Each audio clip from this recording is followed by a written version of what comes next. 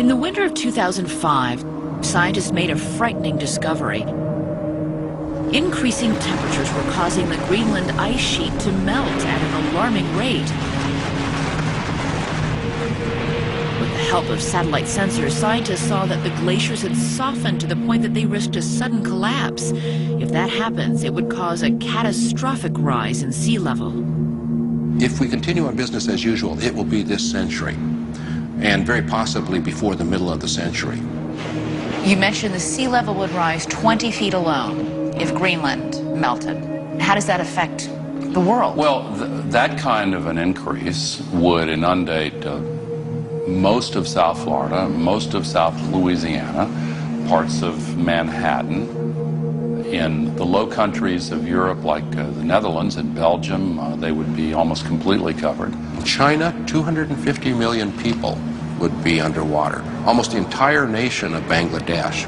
It's even been speculated that if the sea level rise occurred fast enough, some major cities might have to be abandoned, like for instance London, because it's too complex and too expensive to build the seawalls as high as are necessary. Are you going to build a wall 25 meters high around Florida? I don't think so.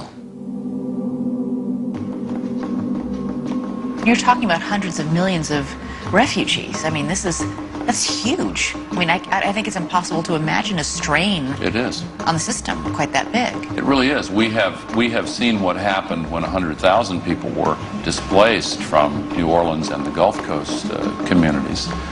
And it's difficult to imagine a couple of 100 million.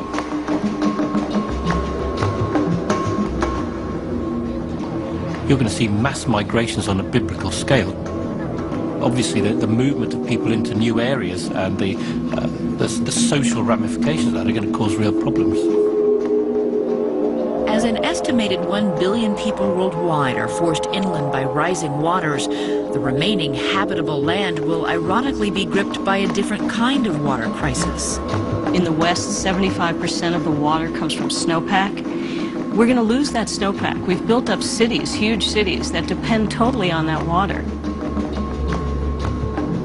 With the planet's fresh water in short supply, it would become increasingly difficult to grow crops, setting off a worldwide food shortage, igniting a new set of crises. The United Nations identifies something like 150 flashpoints where wars may be fought over water. War, famine, and drought, coupled with an unstable climate system, could push the death toll into the billions. This is a level of disaster that the world has never seen.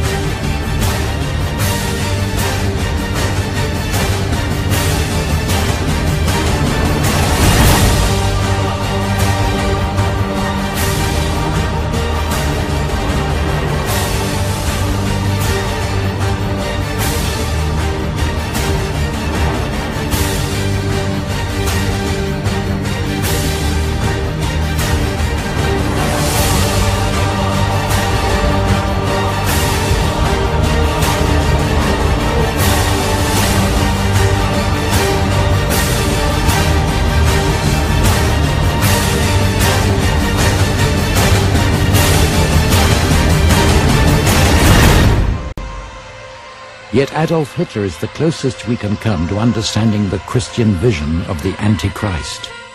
Like Hitler, he will mesmerize the masses so that he can enslave them. Hitler's 1,000-year Reich lasted less than 12 years. During those years, however, the control that Hitler exercised over peoples and nations was awesome. Yet by today's standards, the tools that he had with which to control them were primitive. There were no electronics as we know them. The prophesied dictator, the Antichrist, will be an updated Hitler.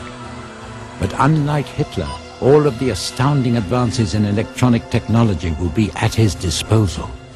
Vast media networks and mind control electronics will serve his ends.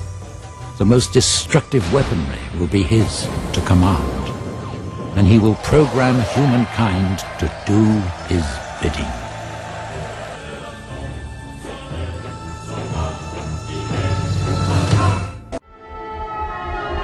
The Sina then speaks of another war to come, a war in which Russia slides back into communism and joins China and the Middle East.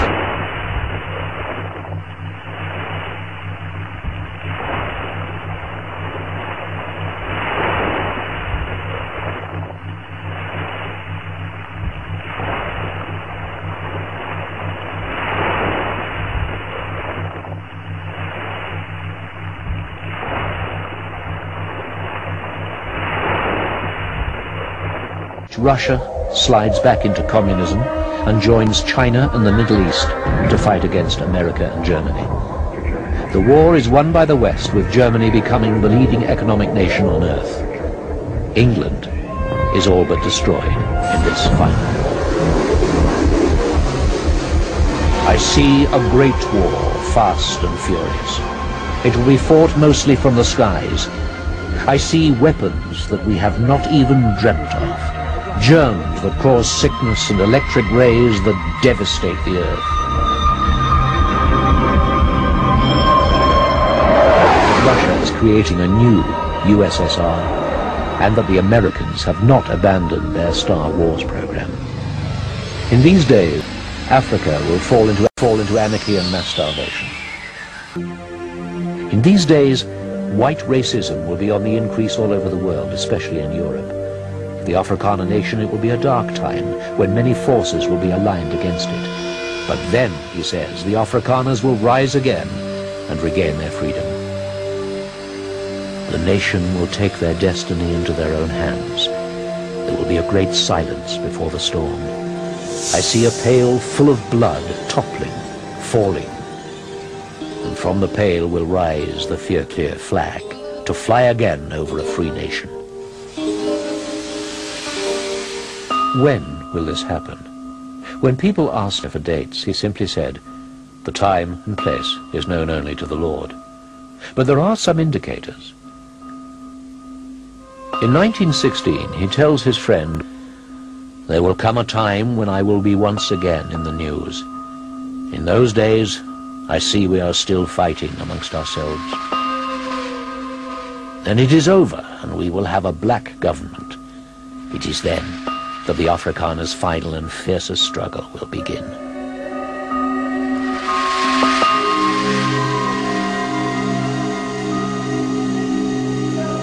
And then he said something strange. This will come to pass when the ice starts melting.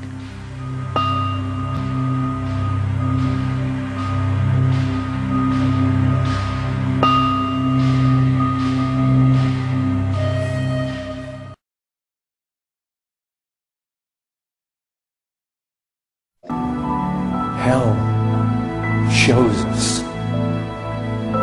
It puts a proper estimate upon the cross of Jesus Christ. Because when you throw the doctrine of hell out the door, you've just began to undermine the whole truth behind the cross of Jesus Christ. Because what hell does is it shows us what Christ had to pay on our behalf. It's a wake-up call to the fact that sin is not a small matter. If hell was not so severe, then what was the need of an atonement that was so severe? But when we begin to realize how dreadful it is, oh, it begins to clarify in the mind just how much Christ suffered in those 3 hours. What was behind those words, we cannot know. My God, why have you forsaken me? But it helps us to understand. It helps us.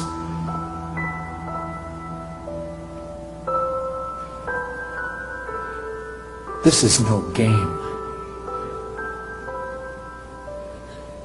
If you're not certain, if something rings true to this in your conscience that I'm in great danger of this. The books are open. And he begins